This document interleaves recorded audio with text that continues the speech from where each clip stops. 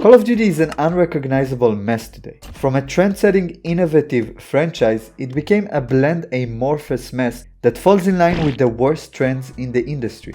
How is this game so good when it only had a story mode and what we would consider today a very bare-bones multiplayer mode? The original Modern Warfare's multiplayer mode is considered bare-bones today because it was so revolutionary back then. It was so good that it set the trend for the entire gaming market. It essentially became the template for almost every shooter game that came after it. If you don't believe me, just take a look at Counter-Strike 1.6, one of the more popular shooters around the same time. I sunk hours into the cracked version of CS 1.6 and I have nothing to show for. There was no overarching profile that levels up as you play the game, there were no gun skins you can unlock by playing the game, just instanced maps where you duke it out online. We would just play with friends and almost 20 years later, we only have memories. I think that the only stat the game ever tracked was playtime, and that's a Steam feature.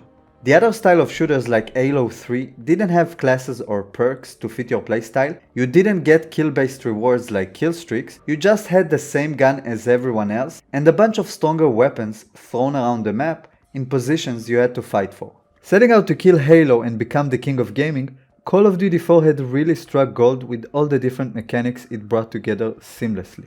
Call of Duty 4 was the first punch in the Halo franchise knockout. Sure, Call of Duty eventually got the objective victory with higher sales numbers, but the symbolic and morale-crashing victory came when Halo 4 eventually tapped out and introduced a class system with perks and weapon drops which were essentially killstreak rewards. Just like every meteoric rise story, the second half of it is about the downfall. Here are the steps in chronological order that the franchise took to shed off its identity and as a result of it, its popularity. When it was on top, the game made a lot of money from the sales records it broke every year. So the yearly $60 per player and the occasional purchase of DLC was more than enough for Activision. It's when the franchise started losing momentum that it began to employ more nefarious monetization schemes and made terrible plays to get back on top.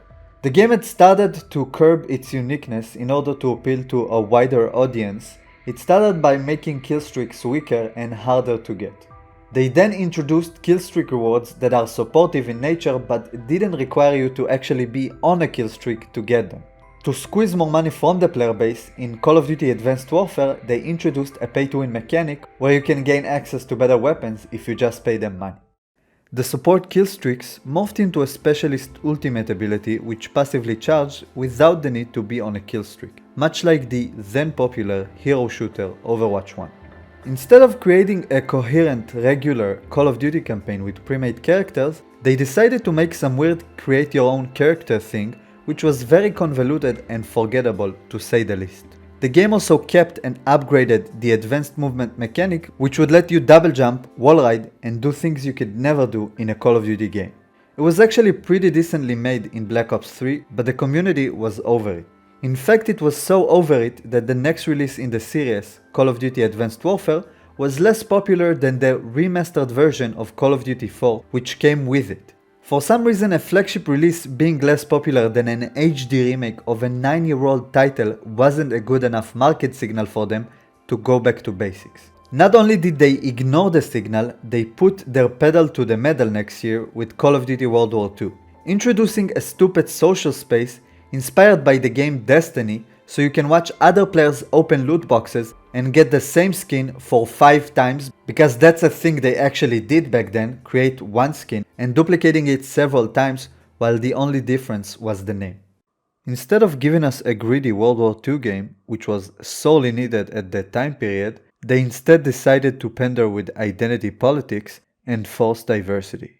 In a truly sad and pathetic attempt to virtue signal and pander to a larger audience, they legitimately came to a conclusion that there's not enough black female soldiers represented during World War II in the German army.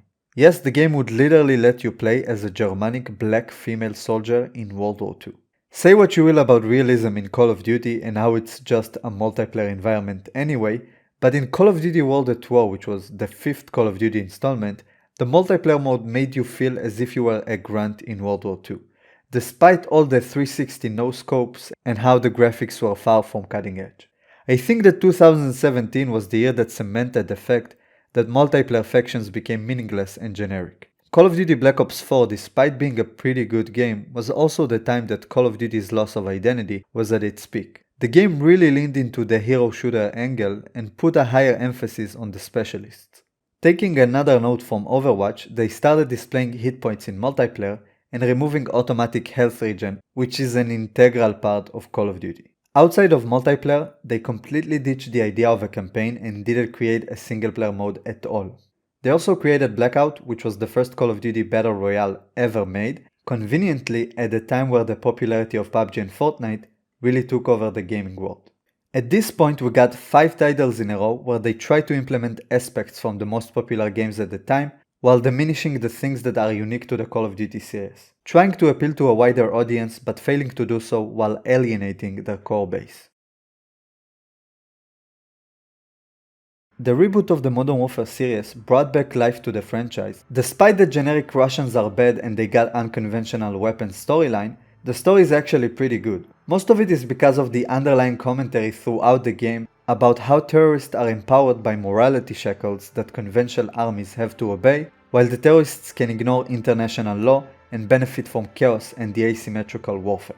This is a true and accurate depiction of modern warfare, and it's asking a lot of tough questions. On top of that, you have the instantly classic Clean House mission in the campaign, which made it feel like the game was re-grounded in reality. It felt like we were going back to the days where Call of Duty had balls and wasn't afraid to tell controversial stories or tackle more complex subjects. It was all undercut though, because once you go into the multiplayer mode, it's factionless again. They're hell-bent on keeping a stupid operator system so they can sell you battle passes with skins. It was all undercut with the skill-based matchmaking algorithm designed to bubble wrap the weaker player base who can't handle a beating every once in a while, just like every other beginner Call of Duty player had to when they got introduced to the game. It was undercut by the fact that at the end of the match you are booted to a new lobby, so there won't be any post-game trash talk and the algorithm can find the next game that has the best chance to keep you playing the game regardless of your enjoyment. The campaign was a red herring. It gave us the idea that the franchise is reclaiming its identity, while multiplayer had followed every single bad trend in the gaming world. They created a bland battle royale mode with seasonal story progression much like Fortnite, so they could just sell you a seasonal battle pass to go with it and some skins.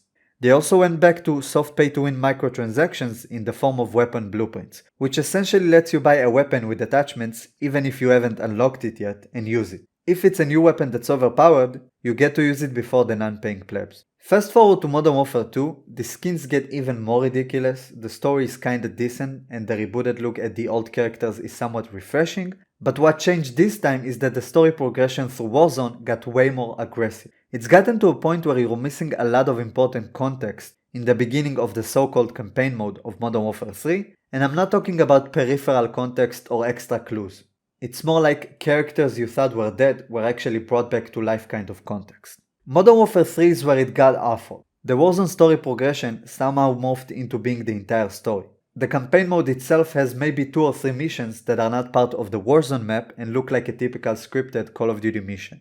Instead of being a vehicle to reveal extra lore about the Call of Duty world, enrich the experience, or provide some extra context, Warzone had become the story mode. 80% of the campaign is the characters talking to each other on Discord, and you taking control of a single character while doing meaningless objectives on a Warzone map. Even the zombies mode in Modern Warfare 3 was just the DMZ mode with more zombies spawning in. They actually thought they could repackage a shitty Warzone DLC, slide the zombie spawner scale on DMZ, add a few weapons to multiplayer, and sell it to you for $70. What they actually did is kill a lot of the goodwill and the rehabilitated reputation.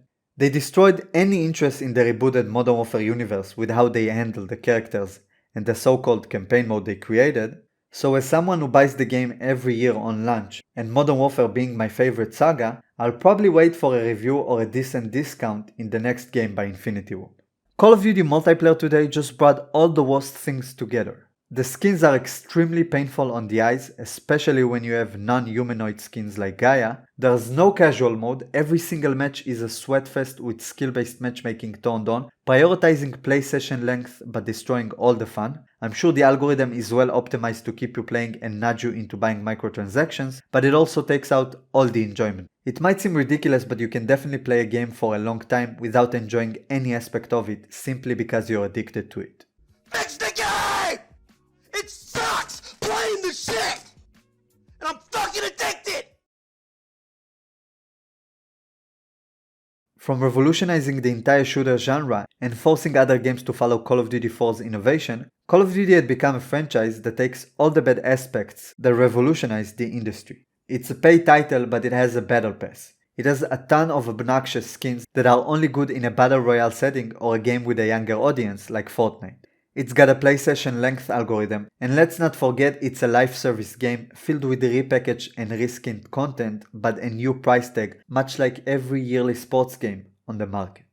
If you watched until this point, please drop a like on this video as it took hours of research, recording and editing to make, and take a look at the video on screen right now so you can see how crazy all WWE games were.